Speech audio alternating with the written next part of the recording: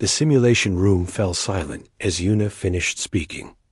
Every eye in the tactical training center stared at her, but not with respect. The other cadets were trying not to laugh. Even Instructor Velther, the massive reptilian officer who had seen 300 battles, looked at her with something close to pity. "You want to expose our flagship," Commander Tayo said slowly, his voice dangerously calm. "You want to deliberately make it vulnerable to enemy fire." Yuna nodded, her fingers moving nervously over her data tablet. She was short, even for a human, and her oversized military jacket made her look like a child playing dress-up. "The enemy formation suggests they're expecting us to protect the flagship at all costs. If we make it look vulnerable, they'll commit their heavy cruisers to—" "This is a waste of time," one of the other cadets interrupted. His name was Minho, and he was everything Yuna wasn't. Tall, confident, from a military family. She barely passed the entrance exams. "Why are we even listening to this?" A few others laughed. Yuna's face turned red, but she kept talking. "The math works out. I can show you the calculations. If we position the destroyers here and here—" "Enough?" Commander Tayo said, holding up his hand. He looked tired. "Cadet Yuna, your tactical suggestions are consistently unconventional. That's a polite way of saying they're reckless and would get people killed." He touched a control on his console. "We'll run the simulation using standard defensive formation 7. Everyone to your stations." Yuna sat down at her terminal in the back row, where the low-ranking analysts always sat. Her roommate Jaivon gave her a sympathetic look from across the room, but didn't say anything. Nobody wanted to be associated with the Academy's biggest joke. The simulation began. Blue icons representing coalition ships faced off against red icons representing a theoretical enemy called the Drachner Sovereignty. Yuna had studied everything available about the Drachner, insectoid warriors who had been expanding their territory for 200 years. They were ruthless, efficient, and very good at killing. She watched the simulation unfold exactly as she had predicted. The enemy waited for the coalition fleet to assume defensive positions around the flagship. Then they did something unexpected. Instead of attacking the flagship, they split their force and hammered the destroyers on the flanks. Within minutes, the coalition formation collapsed. "Reset," Commander Tayo ordered, his jaw tight. "We'll try defensive formation 9. The simulation ran again. The result was worse. The enemy adapted even faster, exploiting every weakness in the standard formations. Yuna wanted to say something, but she'd learned that speaking up only made things worse. Instead, she made notes on her tablet, tracking the enemy's attack patterns, looking for the logic beneath their strategy. There was something there, something that made her skin crawl. The enemy wasn't just winning. They were learning. Each attack was slightly different, testing a new approach. It reminded her of a scientist running experiments, not a warrior fighting battles. After the 5th failed simulation, Instructor Velther dismissed the class. "You all have tactical assignments due tomorrow. Standard doctrine analysis. Except you, Cadet Yuna. Stay behind." The other cadets filed out, some snickering as they passed her station.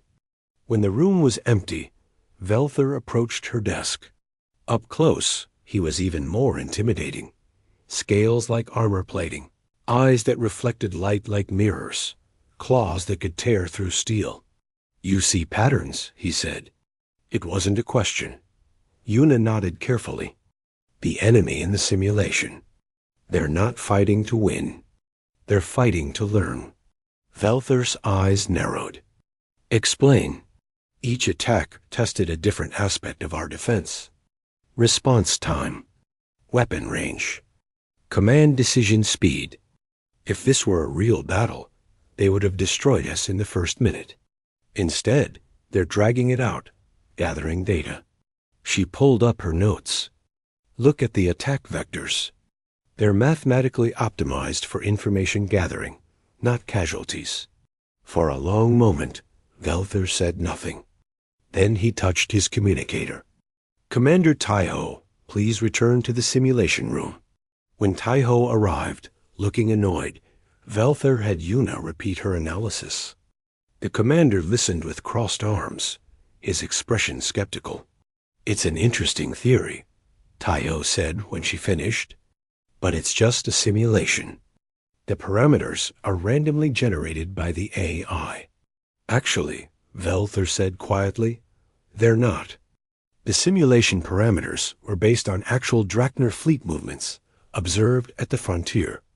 Admiral Kraft wanted realistic scenarios for training. Taiho's expression changed. You're saying the Drachner are actually using these tactics? I'm saying we should be grateful. This is only a simulation. Velther turned to Yuna. Your original strategy, the one with the exposed flagship, would it have worked? Yuna pulled up her calculations. Against an enemy trying to gather information? Yes, they would have committed their heavy ships to attack the flagship, thinking it was a mistake. Our destroyers could have flanked them while they were focused on the wrong target. We would have taken damage, but we would have won. Taiho studied the numbers, and Yuna watched his face as understanding dawned. It's a trap built on their expectations, he said slowly. You're using their intelligence gathering against them. It only works once, Yuna said. After that, they'd adapt. But it would buy us time to... Her words were cut off by an alert on Taiho's communicator. He answered it, listened for a moment, then his face went pale. Understood. I'm on my way. He looked at Velther. There's been an attack. Real one. Drachner forces engaged a coalition patrol group at the frontier. We took heavy casualties. What formation were they using? Velther asked. Standard Defensive Formation 7. Taiho's voice was hollow. The same one we just ran in the simulation. The three of them stood in silence for a moment. Somewhere far away, people had died following the same tactics that had just failed in the training room.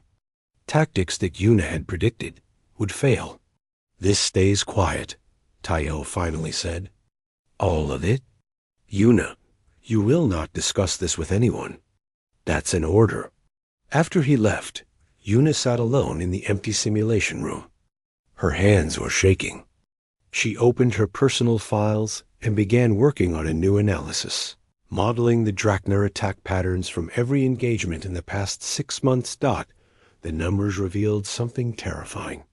Every battle, every skirmish, every raid followed a pattern. Not the pattern of a military campaign, but the pattern of a systematic study. Someone on the Drachner side was running experiments on the coalition forces, testing their responses like a scientist testing lab animals. And that someone was very intelligent. G1 found her 3 hours later, still working. You missed dinner. Again. Look at this, Yuna said, turning her tablet around. All the Drachner attacks from the past 6 months. Do you see it? G1 studied the data, then shook her head. See what? They're escalating methodically. Each attack is slightly more complex than the last. They're building a database of our capabilities. Yuna pulled up another screen. And I think I know what they're planning next. Yuna, you need to sleep. You can't save the galaxy by yourself. But Yuna wasn't listening. She was already running new simulations, wargaming scenarios that no one had asked her to analyze. Somewhere out in the darkness between stars, an enemy was planning their next move. And for the first time in her life, Yuna felt like she understood something important. She just had to make someone believe her before more people died. 3 weeks later, the galaxy was burning. The Drachner sovereignty had launched coordinated attacks across 15 systems simultaneously. Coalition forces scrambled to respond, but it was like fighting shadows. Every time they predicted where the enemy would strike next, the Drachner hit somewhere else. Every tactical doctrine failed. Every defensive strategy crumbled. Yuna watched it all from her new assignment, supply chain logistics. After her analysis of the Drachner patterns, she'd been quietly transferred away from tactical training. Commander Taiho had explained it as a better fit for her skills. Everyone understood what that really meant. She'd been pushed aside because nobody wanted to hear her warnings. She spent her days reviewing cargo manifests and fuel consumption reports for the supply depot near Mars. It was mind-numbing work that any basic AI could have done better. But at night, in the small quarters she shared with Jiwan, she continued her real work. "You're going to make yourself sick," Jiwan said, watching Yuna hunched over 3 tablets simultaneously. "You barely eat. You don't sleep. And for what? Nobody's listening to you." "Someone will," Yuna murmured, her eyes tracking data streams. "They have to. Look at this." She highlighted sections of battle reports. The Drachner just destroyed Outpost Kelver. Before that, they hit the communications relay at Deneb. Before that, the medical station at Arcturus 7. "I know. Everyone knows. It's all over the news. But do you see the pattern?" Yuna's fingers flew across the screens. "They're not targeting the most valuable assets. They're targeting specific types of facilities in a specific order. Medical, then communications, then military. They're testing our response time to different crisis types." Jiwan sat down next to her friend. "Even if you're right, what can you do about it? You're analyzing supply chains now." Yuna didn't answer. She'd been submitting tactical reports through official channels every day for 2 weeks. Every single one had been automatically rejected by the AI screening system. Her credibility rating was too low. The system wouldn't even let her reports reach human officers. On her tablet, a new alert appeared. Another attack. This time they'd hit a mining colony on the frontier. 2,000 casualties. Yuna added it to her database and ran the numbers again. The pattern was getting clearer and more terrifying. 2 days later, Admiral Croft called an emergency meeting of senior staff. The coalition had lost 3 major outposts in 2 weeks. Morale was collapsing. Some member species were talking about withdrawing from the coalition entirely. "We need new strategies," Admiral Krath said, his forearms spread wide in frustration. "Everything we try fails. It's as if they can read our minds. Perhaps we should consider unconventional analysis," Instructor Velther suggested carefully. "There's a cadet who has been tracking Drachner patterns. Her predictions have been remarkably accurate." "You mean the supply logistics analyst?" Commander Taiho said. "Yuna? She barely passed her entrance exams," another officer objected. "Why would we trust her with strategic analysis?" Admiral Kraft raised one hand for silence. "I'm desperate enough to try anything. Bring her in. Give her 48 hours to review the data. If her analysis is useful, good. If not, we've lost nothing but time." When Yuna received the orders, she thought it was a mistake. She was being given access to classified battle data and told to provide a complete strategic analysis in 2 days. Jiwan had to physically shake her to make her believe it was real. "This is your chance," Jiwan said. "Don't waste it." Yuna didn't sleep for the next 48 hours. She reviewed every battle, every skirmish, every Drachner ship movement from the past 6 months. She built mathematical models, ran simulations, and tested dozens of hypotheses. Coffee kept her awake. Determination kept her focused. What she found made her blood run cold. On the morning of the 3rd day, she stood in Admiral Crowd's conference room with her presentation ready. The room was full of senior officers, most of whom looked skeptical. Commander Tayo sat in the back, his expression neutral. Instructor Velther gave her an encouraging nod. "The Drachner aren't trying to win this war. Una began. Her voice was quiet, but steady. They're testing us. Explain, Admiral Croft ordered. Una pulled up her analysis on the main display. Every Drachner attack follows a pattern. They're not targeting our most valuable assets or our weakest points. They're systematically testing different aspects of our military response. Watch. She showed a three-dimensional map of all Drachner attacks. Medical facilities first, to measure our emergency response capabilities. Then communications, to test how we coordinate. Then military outposts, to evaluate our defensive doctrines. So they're gathering intelligence, an officer said. That's standard military practice. No, Una said. It's more than that. Look at how they attack. She zoomed in on individual battles. They could have destroyed these targets in minutes. Instead, they drag out the engagements, testing our response to different tactics. They're building a comprehensive database of everything we can do. To what end? Admiral Croft asked. I don't know yet, but there's something else. Una pulled up another visualization. All these attacks share certain mathematical characteristics. The timing, the positioning, the tactical variations. They have the signature of a single strategic mind. One person is orchestrating this entire war. The room erupted in discussion. Some officers dismissed her theory as impossible. Others argued about the implications.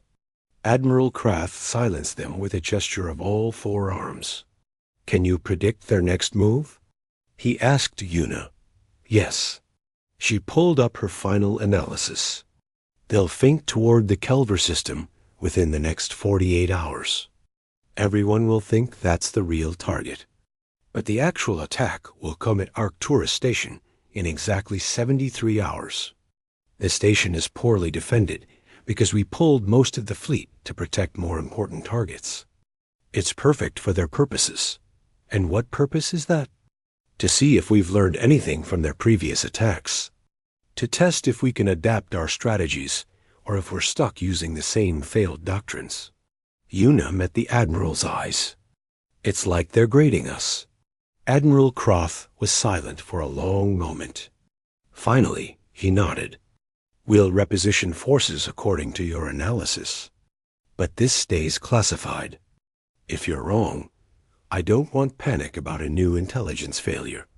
And if she's right? Commander Taiho asked. Then we'll have many more questions to answer. 73 hours later, the Drachner fleet emerged from hyperspace at Arcturus Station. They found Coalition warships waiting for them in perfect defensive positions. The battle was short and brutal. For the first time in weeks, the Coalition won decisively. In the aftermath, analysts reviewed the combat data. The Drachner had clearly expected light resistance. Instead, they'd flown into a prepared ambush. They'd lost 3 cruisers and retreated in disorder, but something strange happened before they jumped away. The Drachner flagship transmitted a brief signal on an unusual frequency.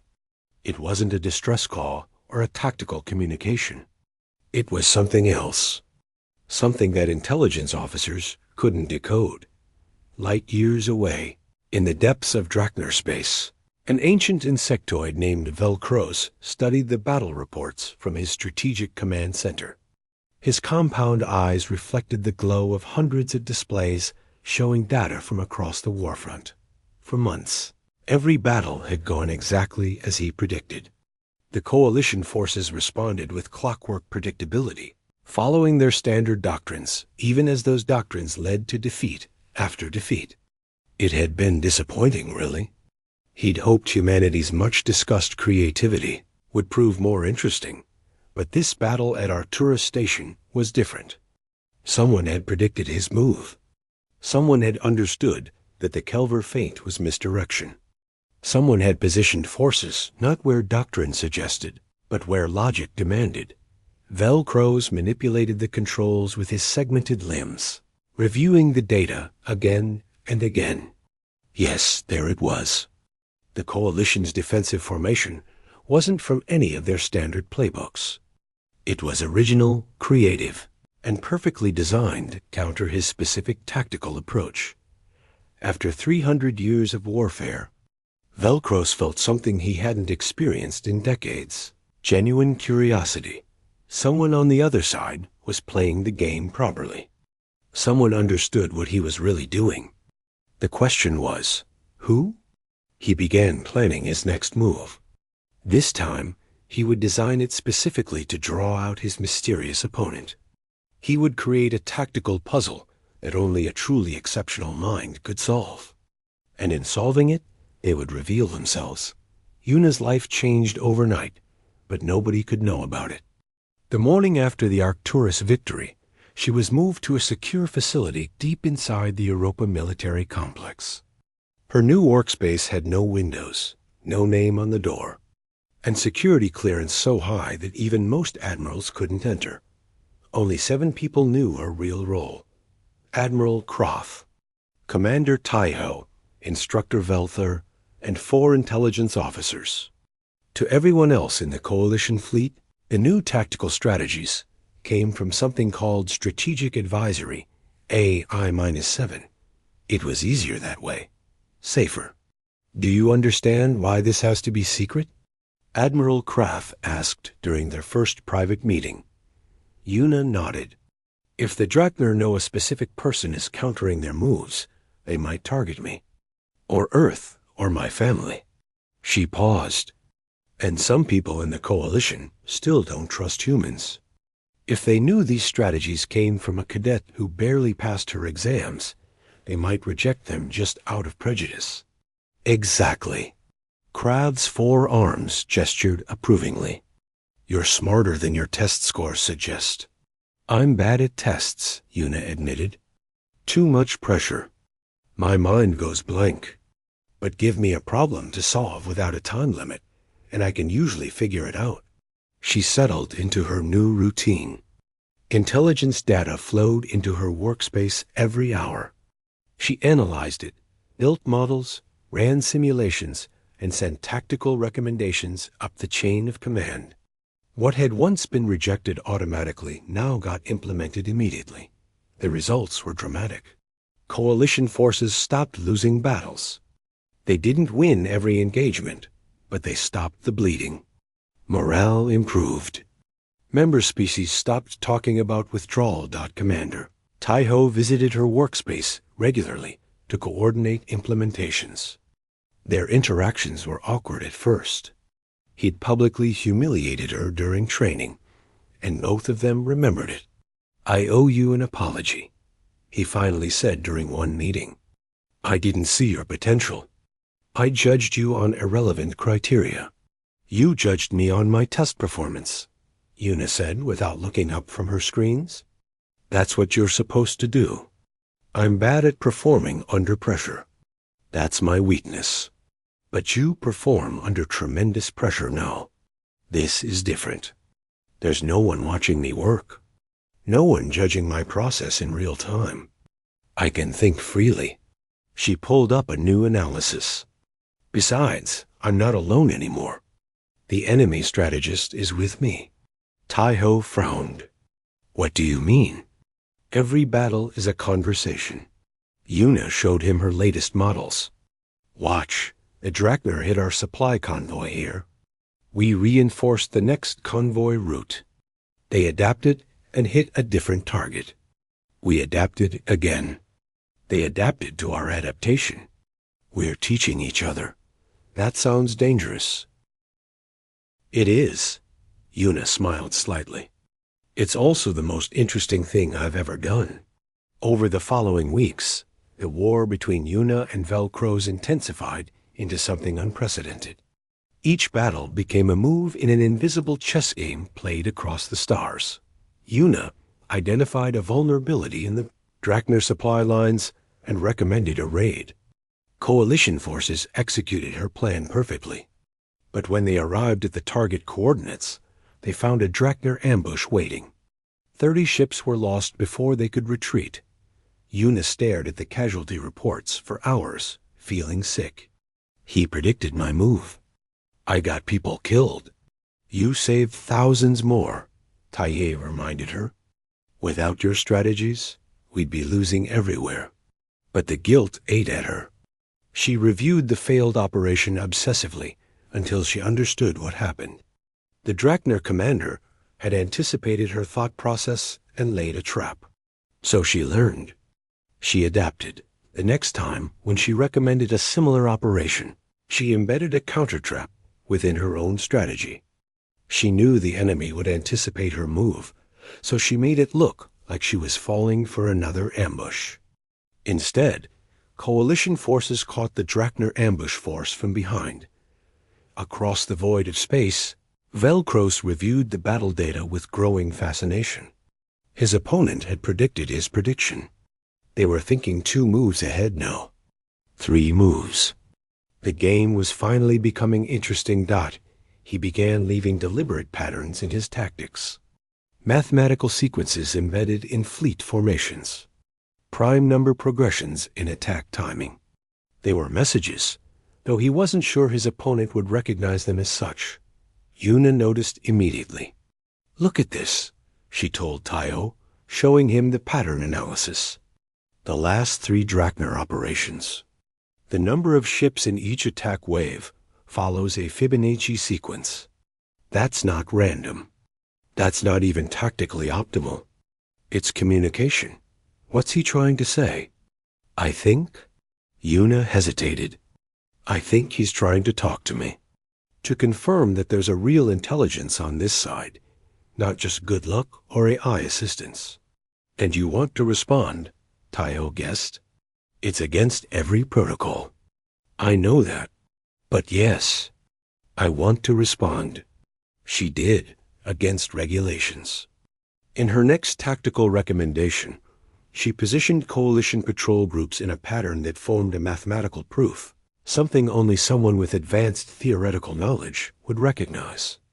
It was subtle enough that most analysts missed it, but it was there. Velcros decoded it within hours of the battle's conclusion. A mathematical conversation across war zones. He responded with his own proof, more complex. Embedded in the timing of his raids, they were talking now in a language of strategy and mathematics, even as people died in the battles between their moves. Jiwan noticed the change in her friend during one of her rare visits. You look terrible. When's the last time you slept? I don't remember. Yuna was surrounded by displays, running dozens of simulations simultaneously. He changed his attack pattern again. I need to figure out why. The enemy commander? Velcros. That's his name. I found it in intelligence reports. Yuna pulled up a file. He's ancient. 300 years old. He's been fighting wars since before humans left Earth. And he's brilliant. Frighteningly brilliant. And you're obsessed with him. Yuna finally looked at her friend. I understand him, Jiwan. That's what terrifies me. I can predict his moves because I know how he thinks. We solve problems the same way. We see patterns the same way. What does that say about me? That I think like someone who's killed thousands of people? It says you're the only person who can stop him. Or become him. Yuna turned back to her screens. Every day I spend in his head, thinking his thoughts, predicting his moves. I'm becoming what I'm fighting against. A new alert interrupted them. Priority intelligence from the frontier.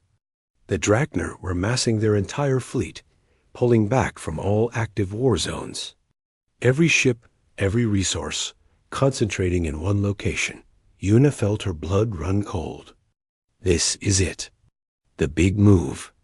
Everything we've done has been leading to this. Over the next 72 hours, Coalition intelligence worked frantically to determine the Drachner target. Every analysis pointed to Earth. The numbers were overwhelming. Humanity's homeworld was about to face the full might of the Drachner sovereignty. Admiral Kraft called an emergency council. Representatives from all coalition species gathered to discuss Earth's defense. The mood was grim. Yuna presented her analysis. According to every model, every projection, the Drachner would strike Earth within 96 hours. It would be the largest battle in Coalition history. But then she showed them something else. Something that no sense. The attack pattern suggests something strange, she explained. Velcros has been systematically avoiding civilian casualties throughout this war when he doesn't need to inflict them. Look at the mining colony raid. He could have destroyed the civilian habitats. Instead, he targeted only military infrastructure. Same pattern in 12 other engagements. So he has some ethics, an officer said. That doesn't help us. But why, Earth? Why now? Una pulled up more data. If he wanted to destroy us, he could have done it weeks ago. We were vulnerable. Instead, he waited until we adapted, until we got stronger. And now he's coming to our most heavily defended world. It doesn't make sense unless ... Unless what? Admiral Kraft demanded. Unless he's not trying to destroy us. Una took a breath. I think Velcros wants to make contact. With me, specifically. The room erupted in objections. Some called her delusional. Others suggested she'd been compromised. The idea that an enemy commander would start a war just to communicate with a random cadet was absurd. But Commander Tayo stood up. Every time we've ignored her analysis, people died. Every time we've listened, we won. Maybe we should consider that she might be right about this too. Admiral Kraft gave Una 72 hours to prove her theory. The Coalition fleet would prepare for conventional battle around Earth, but she would have resources to pursue her idea that Velcros wanted communication, not conquest. Una barely left her workspace. She reviewed every piece of data from the entire war, looking for evidence. Ji-Won brought her food that she forgot to eat. Tai-Ho checked on her progress every few hours, growing more worried each time. What if you're wrong? He asked on the second day. What if this is just wishful thinking? Then we fight and probably lose, Una said, her eyes red from exhaustion. But look at this. She pulled up a comprehensive analysis. Every Drachner attack has targeted military installations. Yes, there have been civilian casualties, but they've been minimal considering the scope of operations. Velcros could have terrorized the Coalition by targeting civilian populations. That's the fastest way to break morale. But he didn't. Maybe he's just efficient. Or maybe he's trying to minimize unnecessary death while still conducting realistic combat operations. She showed him another pattern. And look at the battles themselves. When analyzed as a whole, they're not random. They're lessons. He's been teaching the Coalition how to fight more effectively. Tai-Ho stared at the data. That's insane. Why would an enemy teach us to defeat him? Because he wants us to be worthy opponents. Or maybe, Una pulled up more information. Maybe he wants us to be something else entirely. Partners? Students? I don't know yet. On the third day, Una made her decision. She designed a tactical formation for Earth's defense that contained a deliberate, obvious weakness. But the weakness was so mathematically precise, so carefully structured, that only someone with Velcros' level of intelligence would recognize it as intentional. It was a message hidden in strategic deployment. I see you. I understand what you're doing. Show me why. This is gambling with Earth's survival, Admiral Kraft said when she presented the plan. Yes, Una admitted. But if I'm right, it's the only way to end this war. And if I'm wrong, we have backup forces positioned to cover the weakness. We'll take casualties, but we can still defend the planet. The Admiral's forearms moved in a gesture of resignation. I'm trusting you because every instinct I have says you understand this enemy better than anyone else. But if this fails, history will remember us as fools. The Drachner fleet arrived 36 hours later. Hundreds of ships emerged from hyperspace at the edge of Earth's solar system. It was the largest military force humanity had ever seen in one place. News broadcasts showed the fleet's approach. Billions of people watched in terror. But the fleet stopped just outside weapons range. They didn't attack. They didn't even assume offensive formations. They just waited. What are they doing? Taiho asked from the bridge of his destroyer. Waiting for my response, Yuna said from her secure facility on Europa. She was monitoring the situation remotely, her heart pounding so hard she could barely think. Then it came. A transmission from the Drachner flagship, encrypted, but not using military codes. The encryption was a mathematical puzzle, complex but solvable. It was addressed to human strategist. Yuna decoded it in 20 minutes. The message contained coordinates for a location in unclaimed space, a barren moon orbiting a dead star, and a request, one representative from each side. No weapons. Neutral meeting ground. It's obviously a trap, an intelligence officer said. Maybe, Yuna replied. But he's not attacking Earth. He came all this way, assembled his entire fleet, and he's just waiting. That's not the behavior of someone planning a simple ambush. Admiral Krath looked at her. What do you want to do? I want to go. I need to meet him. I need to understand why any of this happened. Absolutely not, Taiho said immediately. You're too valuable. If they capture you, they'll learn everything about our defensive strategies. They already know our strategies, Yuna pointed out. Velcros has been analyzing our responses for months. He probably understands coalition tactics better than most coalition officers. She stood up. Besides, he asked for the human strategist. That's me. If I don't go, we'll never know what this is really about. The debate went on for hours. Finally, Admiral Krath made the decision. You can go, but not alone. Commander Taiho will pilot the shuttle, and you'll have security personnel. He won't meet with me if I bring armed guards, Yuna said.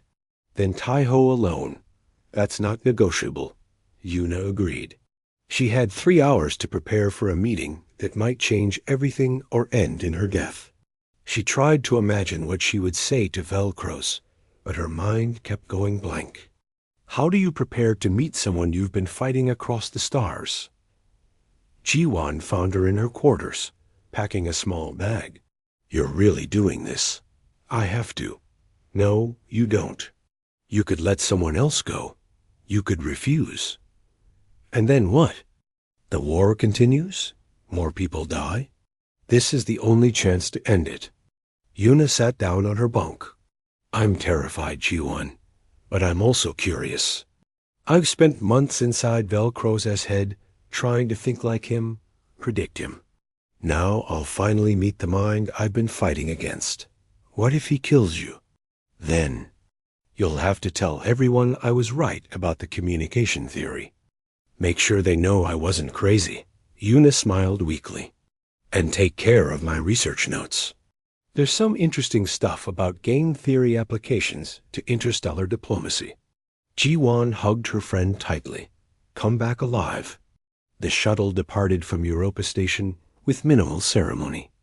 Taiho piloted while Yuna sat in the co-pilot seat, watching the stars. Neither spoke much during the journey. What was there to say? Halfway to the rendezvous point, they detected a small craft detaching from the Drachner fleet and heading toward the same coordinates. So Velcros was actually coming. This was really happening. What Yuna didn't know was that Jiwan had quietly stowed away in the shuttle's storage compartment. She'd used her security clearance to override the safety locks and hide herself among the supply crates. She wasn't going to let her friend face this alone, no matter what regulations said. The barren moon was exactly what the name suggested, a lifeless rock in the void. An automated construction system had built a small pressurized dome on the surface. Inside, there was a circular chamber with simple furniture and translation equipment. Taiho landed the shuttle near the dome. The Drachner craft touched down on the opposite side. Through the viewports, they could see a massive figure emerging from the alien vessel. "That's him," Una whispered. "That has to be Velcro's." "I'm coming with you," Tayo said. "No. This meeting needs to be one-on-one. If I'm wrong about his intentions, you need to survive to warn the fleet." "Una, that's an order, Commander." She smiled at his surprised expression. "Admiral Croft gave me operational authority for this meeting. So yes, I'm ordering you to stay with the shuttle. Keep the engines warm. If this goes bad, leave immediately." She put on an environment suit and cycled through the airlock. The moon's surface was gray dust and sharp rocks. She walked slowly toward the dome, every step feeling unreal. Inside the dome, Velcro's was waiting. He was enormous, his chitinous body covered in scars from centuries of warfare. His compound eyes reflected her image back at her 1,000 times. He looked like something from a nightmare. But when he spoke through the translation device, his voice was calm, almost gentle. "The human strategist. Finally, we meet. I've been looking forward to this conversation for a very long time." Una removed her helmet. She was shaking, but she kept her voice steady. "You started a war to have a conversation?" "No," Velcro said.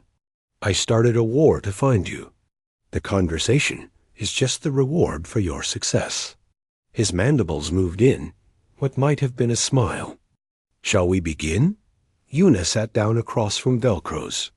The ancient Drachner strategist moved slowly, his massive body settling into a position that might have been comfortable for his species. Up close, she could see that he was old. Really old. His carapace bore not just battle scars, but the wear of time itself. "You're dying," she said quietly, perceptive. Velcro's compound eyes glittered in the dome's artificial light. "I have perhaps 10 of your years remaining. For my species, that is a very short time." "Is that why you started this war? Some kind of legacy?" "In a sense." Velcro's manipulated the translation device with surprising gentleness. "Let me tell you a story about my people, human. The Drachner sovereignty was built on conquest. For 2,000 years, we expanded across the stars, defeating every species we encountered. We became the most feared warriors in this region of space." "I've read the history," Una said. "Then you know we won. We achieved total military dominance. And then," he paused.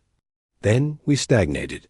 When there's nothing left to fight, when there are no more challenges, what is a warrior species to do? We stopped growing, stopped learning, stopped creating. We became hollow, strong but empty." Una thought about this. "You got bored. More than bored. We began to die spiritually. Our young had nothing to strive for. Our culture produced no new art, no new philosophy, no new science. Just endless repetition of old glories." Velcro's leaned forward slightly.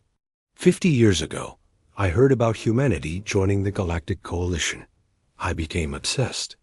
I studied your history, your wars, your culture. Do you know what fascinated me?" "What?" "Your warriors and dreamers simultaneously.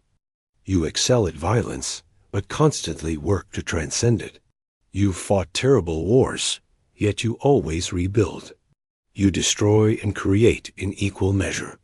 His mandibles clicked. "I thought, perhaps here is something my people need to learn.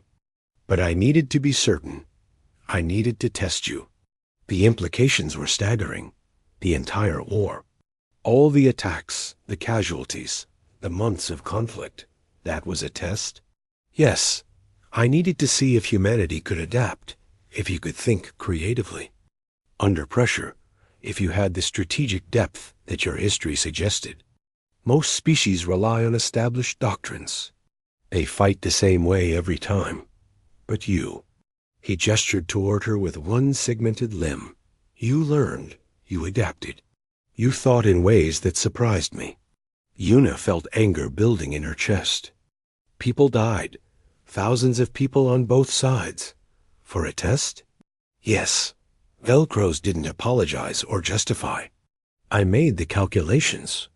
The casualties from this limited conflict are far smaller than what would occur if my civilization continues its decline and eventually collapses into civil war, or if we seek purpose through conquering other species.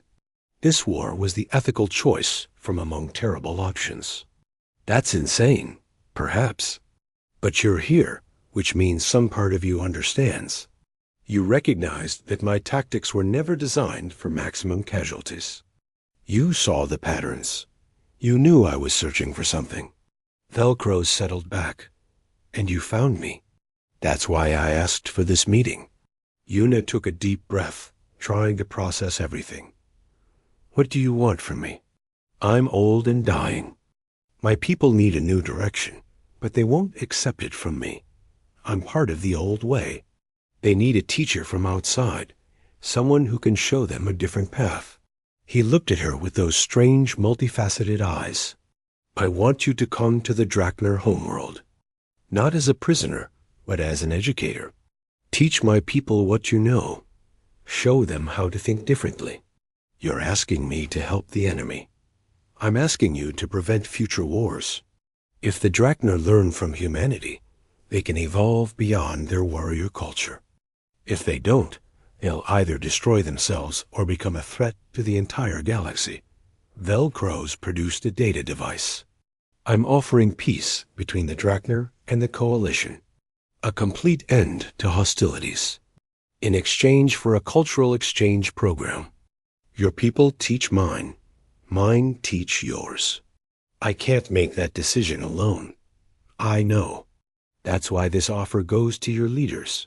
But I wanted to meet you first, to explain, to ask if you would be willing to participate if they agree. Una thought for a long moment. Part of her was still angry about the lives lost. Another part understood the twisted logic of Velcro's S-actions. And a third part, the part that had been having mathematical conversations across battlefields, was curious about what she could learn from a 300-year-old strategic genius. I need guarantees, she finally said. Protection for everyone involved in the exchange. Oversight by the Coalition. The right to leave if things go wrong. And most importantly, when you die, the Drachner must choose their next leaders through democratic process, not military hierarchy. Velcros made a sound like rattling stones, which the translator interpreted as laughter. You think you can change my entire civilization's government structure? If I'm going to spend years teaching your people to think differently, then yes. That has to be part of it. Otherwise, what's the point? Fair enough. Velcros extended one limb in what might have been a gesture of agreement. You remind me of myself at your age. Stubborn, brilliant, willing to challenge everything. He paused. I should warn you. Many of my people will resist. They'll see you as weak, as an enemy, as a corrupting influence. You'll face hostility. I'm used to being underestimated, Una said dryly. It's kind of my specialty. They talked for 2 more hours, working out the basic framework of an agreement. Velcros would withdraw all Drachner forces from Coalition space immediately. Una would present his proposal to the Coalition leadership.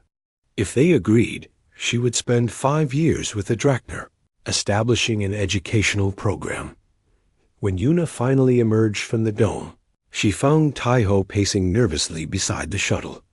He nearly collapsed with relief when he saw her. You're alive, and walking freely. I don't understand. Neither do I completely, Una admitted.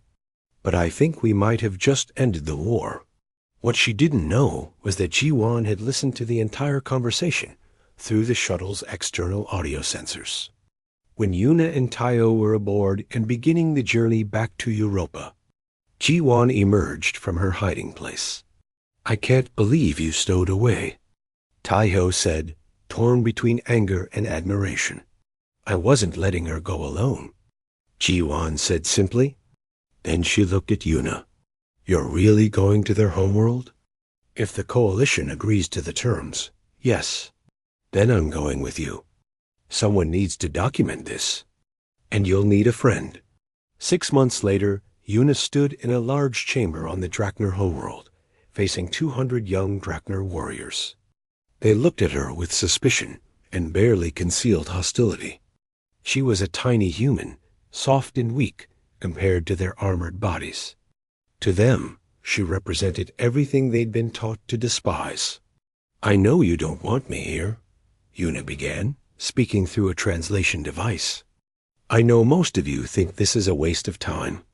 You're warriors. I'm just an analyst who barely passed her academy exams. Several of the young Drakner made clicking sounds that indicated agreement. But let me show you something. Una pulled up a tactical display. This is the battle at Arcturus Station. Your forces were supposed to win easily. Instead, you lost. Do you know why? She walked them through the analysis, showing how the coalition had predicted and countered every Drakner move. She explained game theory, adaptive strategy, and the mathematics of tactical deception. By the end of the first lesson, a few of the young Drakner were paying attention. Not many, but enough. It was a start. Commander Tayo visited regularly as the coalition's military liaison. His initial skepticism had transformed into something like friendship. How are they treating you? Some of them want to kill me. Others are starting to ask interesting questions. Yesterday, one of the students challenged me to a strategy game. I won, but only barely. They're learning fast. In his medical chamber, Velcros watched the lessons through video feeds. His body was failing, but his mind remained sharp. He could see what was happening. The young Drakner were changing, slowly but measurably. They were learning to think beyond pure military doctrine. A younger Drakner commander named Krell stood beside him. Some of the elders say this is making us weak. Let them talk, Velcros replied. Watch the human. She's teaching our youth something we lost centuries ago, intellectual curiosity. But is curiosity useful for warriors? It's useful for beings who want to become more than warriors. Velcros manipulated his controls to show different camera angles of Una teaching. She's small, physically weak, and she failed most of her military tests. Yet she defeated me strategically. She saw what I was doing when no one else could. That's the kind of thinking our species needs. Months passed. Una's health suffered from the stress and long hours, but she kept teaching. Jiwon managed the cultural exchange program, bringing human artists and scientists to share ideas with curious Drakner. Slowly, almost invisibly, both civilizations began to change each other. One night, Una received an urgent message. Velcros was dying. She rushed to his medical facility, finding the ancient strategist surrounded by monitors showing his failing vital signs. I wanted to thank you, Velcros said, his voice weak, for playing the game so well, for understanding what I was trying to do. I'm still not sure it was right, Una admitted. All those deaths were fewer than the alternative. Trust me, I calculated. He activated a control panel. I'm transferring something to you. The complete strategic archive of my people. Everything we've learned in 2,000 years of warfare. Not as weapons data, but as historical record. So it's not lost when I'm gone. Velcros, and one more thing. His compound eyes dimmed. A final puzzle. I spent 40 years developing it. See if you can solve it faster than I did. The data transfer completed. Una looked at the puzzle, a complex mathematical proof about the nature of conflict and cooperation. It was beautiful and terrifying in its complexity. She worked on it through the night while Velcros slept, his life signs growing weaker. By morning, she'd found the solution. It translated roughly to a simple statement. Well played, friend. Your move. She sat beside the ancient strategist as he died, feeling a strange mix of grief and anger and respect. He'd been her enemy, her teacher, and in a weird way, her friend. He'd started a war to find her, and in doing so, changed both their civilizations. 50 years later, historians still debated the Draknar Contact War. Was it the most elaborate first contact in history? Or humanity's closest brush with extinction? Students wrote papers arguing both sides, but on the Draknar homeworld, in a peaceful garden that would have been impossible during the old warrior culture, there stood a memorial. It showed two figures, one human and one Draknar, sitting across from each other at a strategy board. Inscription read in both languages, "The greatest victories are those where everyone survives to debate who won." And in a quiet university office on Earth, an old woman named Una taught a new generation of strategists. She'd returned from the Draknar homeworld after keeping her promise, having changed an entire civilization's way of thinking. Now she worked to prevent the kinds of conflicts that had once defined her life. Students sometimes asked her about the war, about the enemy commander who'd started everything. "He thought I was a joke at first," she would say, smiling at the memory. "Everyone did. I failed my tests. I couldn't perform under pressure. But Velcro saw something else. He saw that genius isn't about test scores or military ranks. It's about how you think when everyone else has stopped thinking." Was he a good person? A student once asked about why UNA thought about the thousands who died, about the twisted logic of starting a war to prevent worse wars, about an ancient mind desperate to save his people from their own success. He was a complex person, she finally answered. Like all of us. He made terrible choices for reasons he thought were right. And somehow, against all logic, it worked out. But that doesn't mean his methods should be repeated. The lesson isn't that war can be noble. The lesson is that sometimes the answer to impossible problems comes from people everyone underestimates. She turned back to her students. Now, let's talk about game theory and why the best strategic move is often not to play at all.